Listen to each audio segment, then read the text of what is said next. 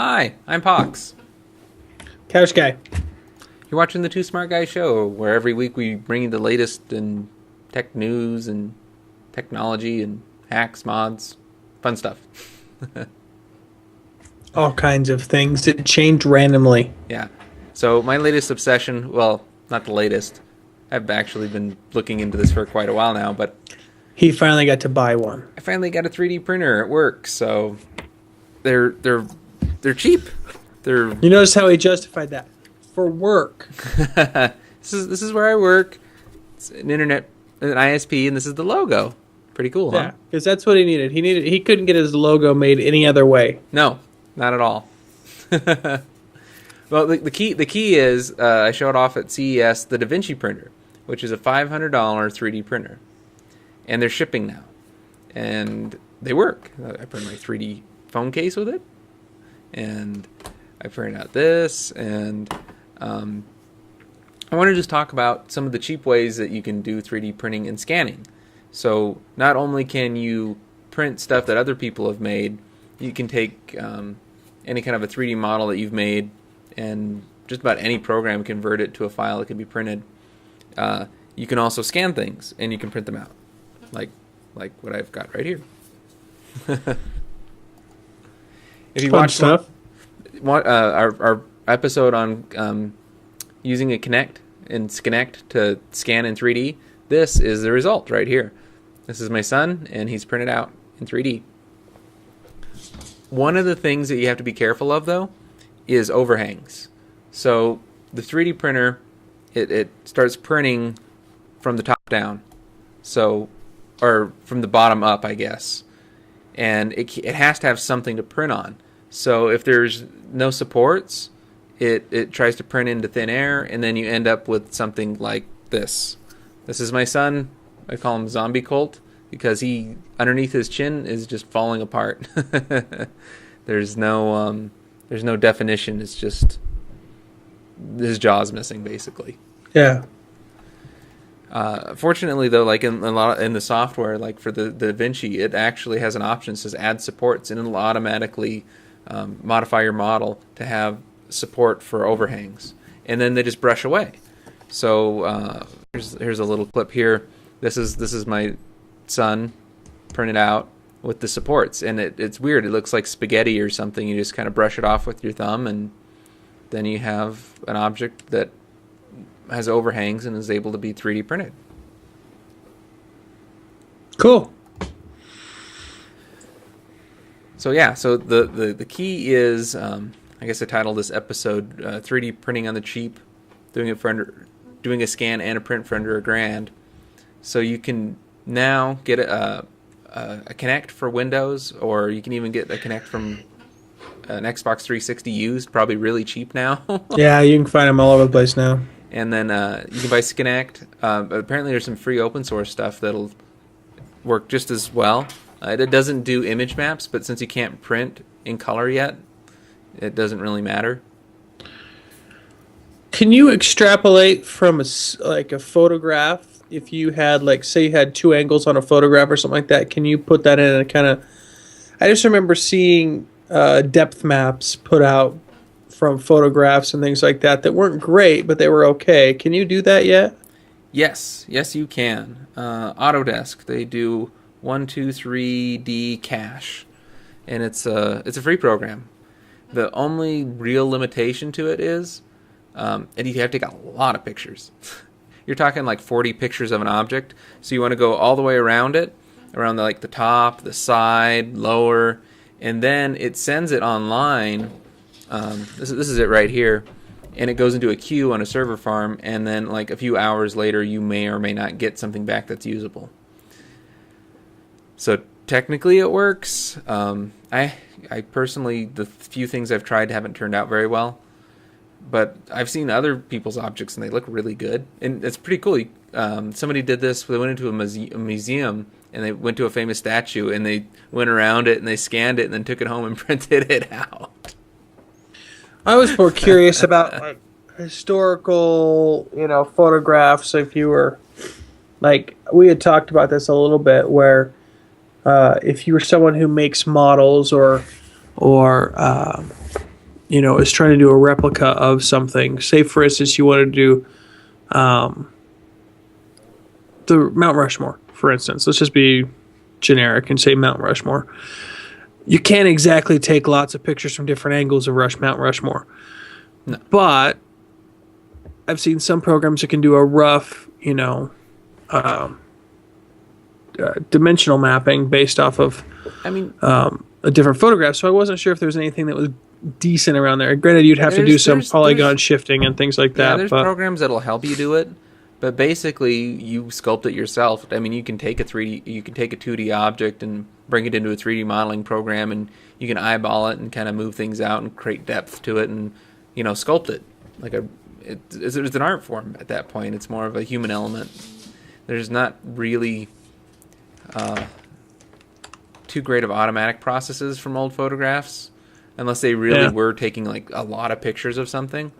Microsoft had a program out for a while. I can't remember the name of it, but it was kind of like that, where people would take pictures of like a building, and it would search them, and it would create a 3D object off of it. It would create this like point cloud, and you'd see all the pictures all meshed and stitched together. It was actually pretty cool, but really? The 3D objects it produced weren't great. But the cool thing you could do is you could navigate through them. So like you could walk in them in like almost like a first-person shooter type of view, and you could walk through the whole building. And the more detailed objects, of course, the close-ups would look better than some of the other photos. I can't remember what it was called now, but it was really cool. Well, yeah. While I can only think of like 2 or 3 things I could ever use this for, I think it's cool.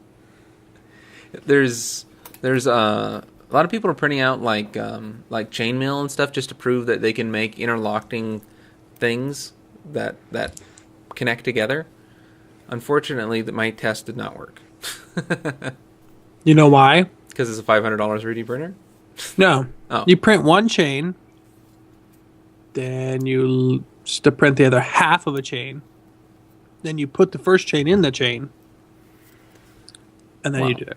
That's the hard way the of doing it. cheating way to do it. If you've got a really good 3D printer, you can print it so that they're all just there. It's built. You can take it off, and it'll be like a flexible chain or a chainmail. I bet you it has to do with those stupid spaghetti strands you're talking about. It does. It also has to do with the material. This DaVinci, it came with ABS plastic, which is like your Lego type plastic. Yeah. And then there's, I think it's BLA plastic is the other kind, and it's a little bit more, I don't know, I guess it's got different properties, more detailed. It melts at a lower temperature, too. Is it stronger, or is it more not flexible? Stronger, it's much weaker. So that's the disadvantage of that one. The ABS is stronger. The BLA's allows for more detail. And there's some other things about it. It makes things a little bit more. They're almost a little bit more flexible on purpose. If you wanted something that has some give to it, this particular printer can only do those two. A lot of other printers, I guess, you can adjust the heat of the head so that it can do other materials. Like people do nylon, so you can print nylon, and people are printing cakes, chocolate, cake. Like you were saying, organs. Well, I don't just want to print a cake. I want to eat a cake. I don't want to print a cake. We're talking about printing meat, which sounds gross. I can see like a McDonald's doing that. I'm sorry. That stuff that they put out that, isn't really chicken, but it's chicken, and is printing, pressing it into things. So I want to do a few more shows on this. If everybody's interested, please post in the comments below. Do you want to see these things?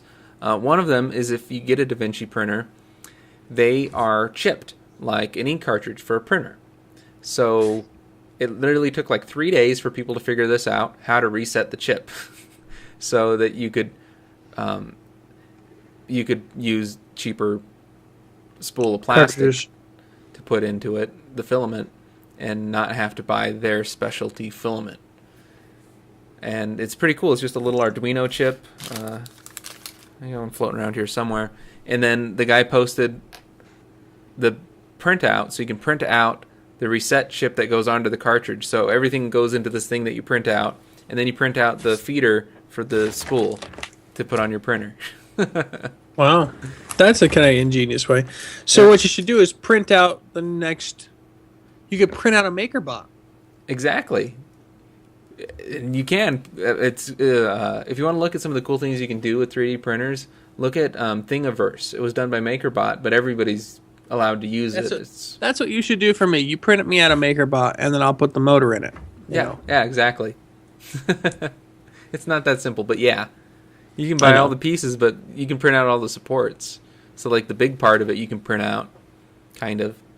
That's the other limitation if you're looking for 3D printers. Size. Like this, DaVinci's got a really big, large build size. It's almost 8 inches squared. And most of them are like 5 inches or 6 inches. They're not very big. And there's some newer ones that are going to be coming out for like $300 or $200, but they're going to be really, really small on the build size. When we were talking about this, did we talk about the people who made a 3D printer that can print a building? Yeah. Did we talk about that? Because I saw that the other day. Yeah, it does cement. Yeah. Yeah, so it'll extrude cement and lay out the walls and... Yeah, it'll do an entire foundation, like... It'll do a building if it needed to, but... That was kind of like size and scale is only the imagination of these things. Oh, I forgot to mention, when I was at Comic-Con, the 3D printers were everywhere because, of course, everybody's, collectors of whatnot and the geeks and they want to show off different things. So people were printing out custom-made stuff. And there was a booth there that was scanning people in their costumes and converting them to 3D and then emailing them. And they were actually even printing some of them out, too. Really? And they were using Disconnect, the same program we used earlier. But the ingenious thing they had was a device that would automatically go around the person and scan down. It'd move the Connect down to do like of when I was little, 4 or 5 passes from each level of your body. Interesting. It was cool. The end result, they looked really good. Now, see, this is the one thing that I think that would be kind of cool is if you could... People are doing this reverse, the opposite of what I think we should talk about. They're doing a way to do a 3D map where you can look around in 3D. I want to see, and maybe this is a project that you can figure out, Pox, because you're pretty smart on this. Flip it the other way, where you put them basically in a closet-shaped room, or bigger. Let's be honest, it could be much, much bigger.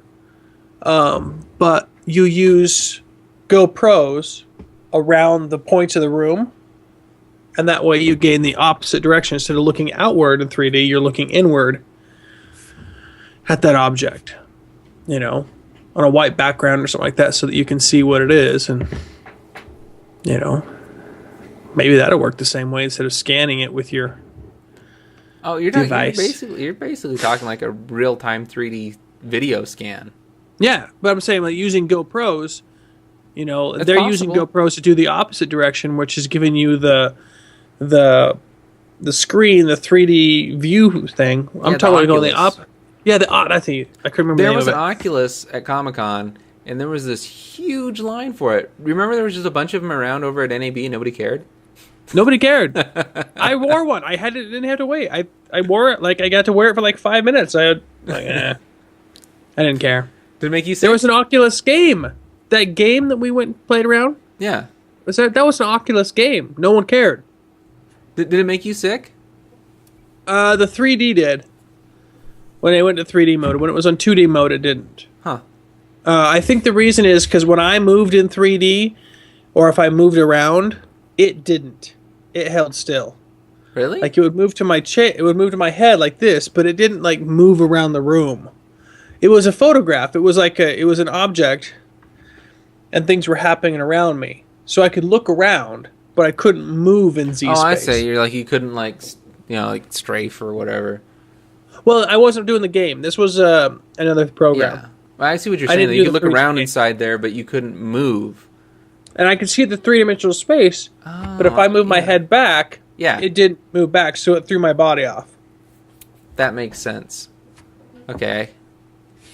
Because I put one on that was like a roller coaster or whatever, and you can look around on the roller coaster, but like Yeah. you're saying, if you move your head back or forward, it doesn't do anything, or side to And side. that throws you off.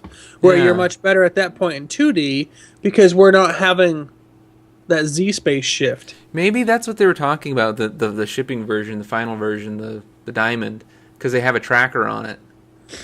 And I thought that was kind of weird that they're forcing a camera on it in addition to everything else. That would make sense. But that would make sense. So yeah, if you had a box that you could put either an object or whatever into, and that would just take that live photograph, you wouldn't need to spin it. You wouldn't need more than 1 second in the box just holding still. Because you just have all those cameras, and you just do the inverse of what it is.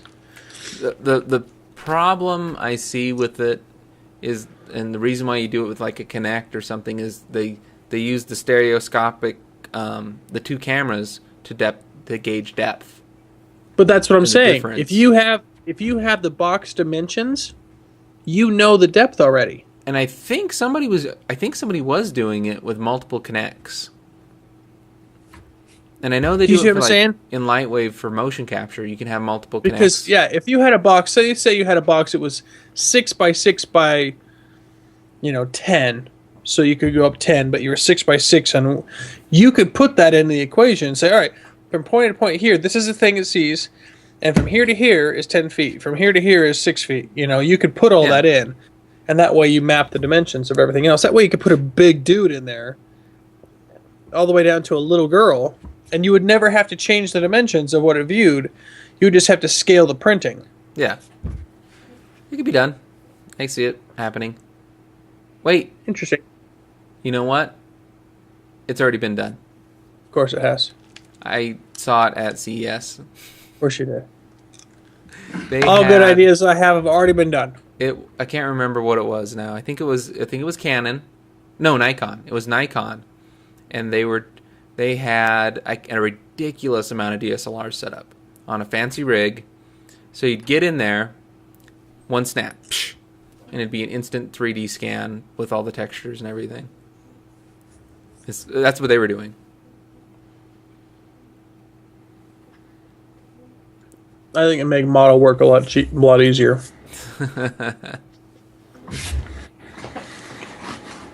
Anyways, Anyway, 3D printers are cool. 3D Fox printers has are got one. cool. What do you guys want to see? What kind of cool things would you want covered? I want to make a boxy box, but like a epoxy box out of a Raspberry Pi, and load it with whatever the next thing is. Epoxy box. I had a show all lined up on Plex. Plex is pretty good, but I don't know if it's quite there yet. You can control it I with have your a hard watch. time deciding what the next big thing's going to be on that. Because it's kind of been through its cycle, and now people are kind of like, of all the things in the world, Amazon came out with a box. That's another good show, maybe. The Why? Amazon box, you can root it Why? very easily, and you can install XBMC on it, which is basically what Boxy was. And it was interesting. Somebody who did that, and they posted to one of the Boxy developers. Buy Boxy box. I'm leaving you for an Amazon TV that's been hacked. And I'm looking for an option myself because one of my Boxy boxes literally died. Well, So I wouldn't mind having a box that acted more like a Western Digital box. Because you remember the Western Digital box would play everything yeah, and connect to my network and play, reasonable apps. The thing I miss that I can't do with my Western Digital box that I could do with a Boxy box was the proxy server, the RTMP. Like, I want an RTMP player. I now want, like, all this stuff that I'm learning how all this works better. yeah. I want to be able to have the functionality to say, I want to enter an RTMP stream and have it play. That's a big deal to me anymore because, truth be told, I don't think they can region block an RTMP stream if they're outputting it. Because what they're do is that, okay, another show. We should have this conversation another time. All right. So, again, catch us every week. We're doing live shows now every Wednesday at 8:30-ish Mountain 8-ish. Whenever we can make the program work. Yeah. Please subscribe to the feed. I'm at Walking Crow on the Twitter. And I'm at Tommy5C in the Twitterverse. See you guys next week. Bye.